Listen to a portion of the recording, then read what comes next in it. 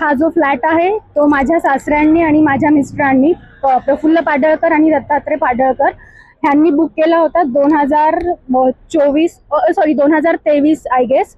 आणि त्याच्यानंतर हा बिल्डर जो आहे फालतू बिल्डर हा म्हणाला होता की मी तुम्हाला जून मध्ये याचं पोझिशन देईन.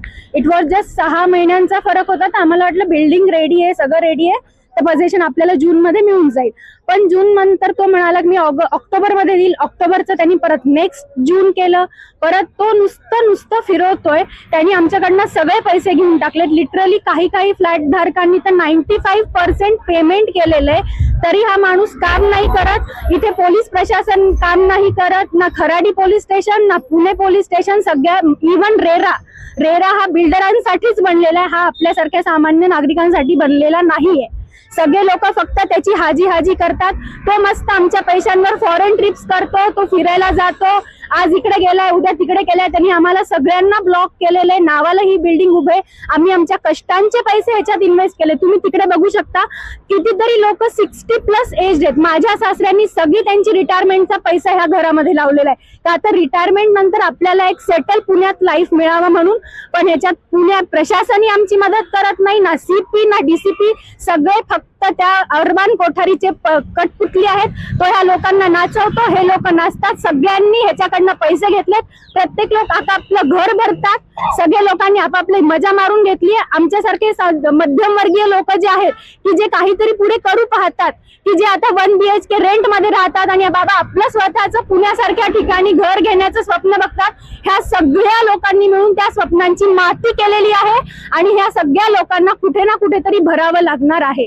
माझी हीच विनंती आहे, रेरा म्हणा, DCP, CP, Kharadi police station, फक्त आमच्या जीवाचा तमाशा बघू नका. आमच्या ग्रुप मधल्या कोणत्याही एका व्यक्तीला, लहान बाळापासून ते मोठ्यांपर्यंत, कोणी जरी स्वतःच्या जीवाचं काही केलं तर ह्याला फक्त अरमान कोठारी, पुणे प्रशासन, CP, DCP, Kharadi police station हेच लोक जबाबदार असणार आहेत. सर, मैं इस सोसाइटी का सबसे पहला मेंबर है. 2022 में नवंबर में मैंने रजिस्ट्री कराया है और तब से मेरे को प्रॉमिस किया था 2023 में आपको मिलेगा एंड में और 2024 का डेट डाला है इन्होंने एग्रीमेंट में. उसके बाद ये खाली दिखावे का काम किया हुआ है सारा, कुछ भी अंदर कुछ भी नहीं है. और अभी तो हमको ये क्या जो क्वालिटी है उस पे भी कंप्रोमाइज हो रहा है. सब खिड़की पे ले लो, दरवाजे पे ले लो, टाइल्स पे ले लो, कुछ भी बेसिक अभी तक नहीं बनाया है. STP नहीं बनाया है. अपना अंदर जो बाथरूम में सब कुछ लगाने का है वो भी नहीं लगाया है, एसेसरीज. और अभी ये डेली प्रॉमिस पे प्रॉमिस मिल रहा है हमको. इसकी तरफ से तो मिल ही रहा है फेक प्रॉमिस. रेरा की तरफ से हम 4 बार रेरा में होके आए हैं. उनको एप्लीकेशन दिया, सामने चेयरमैन बैठा है, वो चेयरमैन मिलने को राजी नहीं हमको. उसको दिया हमने एप्लीकेशन कि भाई हमारा ये मैटर है, इसको जल्दी से जल्दी सॉल्व करो. हम सीनियर सिटीजन है और पीड़ित है, ब्लड प्रेशर है, अपना हाइपरटेंशन है और अपना शुगर है, सब कुछ है. उसके बाद भी nobody is there to listen. SP हमको खड़ा करके 30 लोग पूरा खड़ा है. हम 30 जने खड़े हैं, हमारे से रास्ते में मिलता है, जबकि बिल्डर आता है तो उसको बिठा के बात करता है.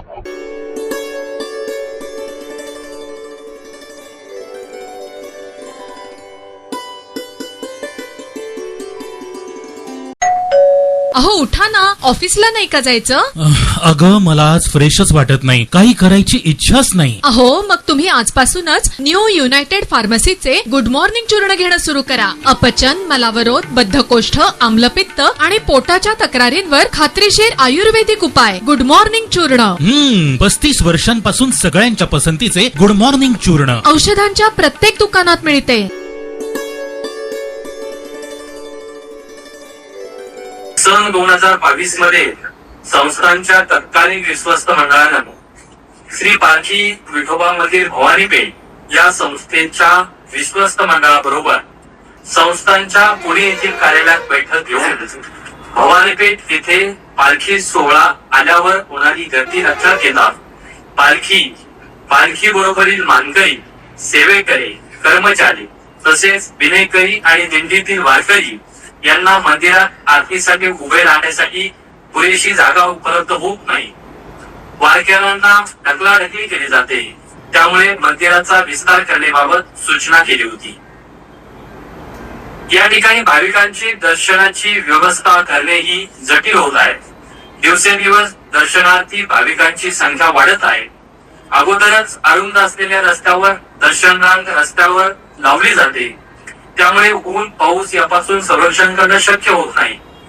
दर्शनार्थी महिला भाविकांना कोणतीही सुविधा प्राप्त होत नाही. तसेच भाविकांना पार्किंग सुविधा उपलब्ध होत नाही. यामुळे संस्थान कमिटी मानकरी श्री संत ज्ञानेश्वर महाराज पालखी सोहळा समस्त वारकरी समाजाला दिनांक 28 मार्च 2026 रोजी पालखी सोहळा नियोजनाच्या बैठकीत पुण्यातील मुक्कामाचं ठिकाण पालखी सोहळा दिंडी समाजाचे प्रतिनिधी सेवेकरी मानकरी संस्थांचे विश्वस्त मंडळ प्रशासन व लोकप्रतिनिधी या सर्वांनी नवीन पर्यायी जागांची पाहणी करून मुक्कामाच्या ठिकाणाबाबत दिनांक 13 एप्रिल 2026 रोजी आळंदी येथे बैठक घेऊन निर्णय करावा असं ठरवले.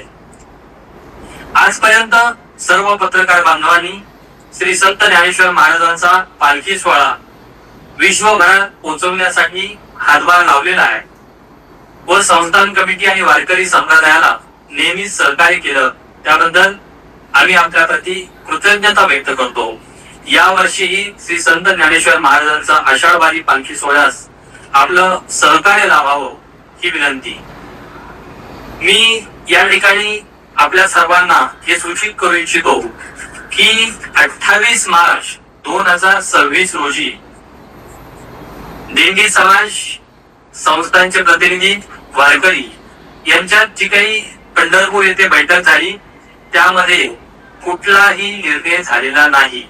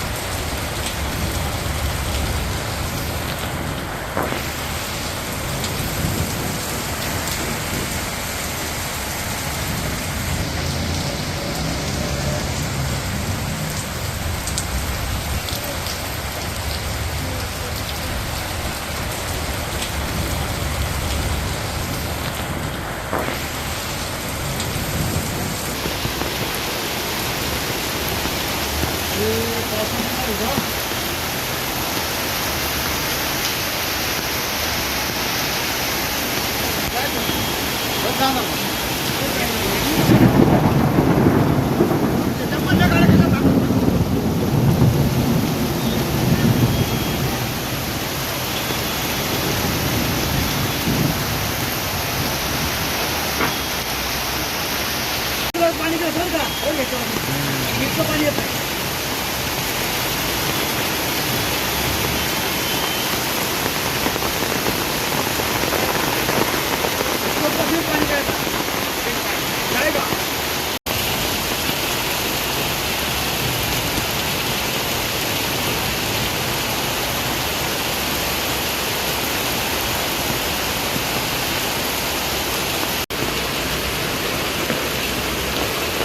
इंडियातून जाऊन देत नाही, हा प्रॉब्लेम आहे. रस्ताच नाही, थोडं तिकडे जावं लागतं.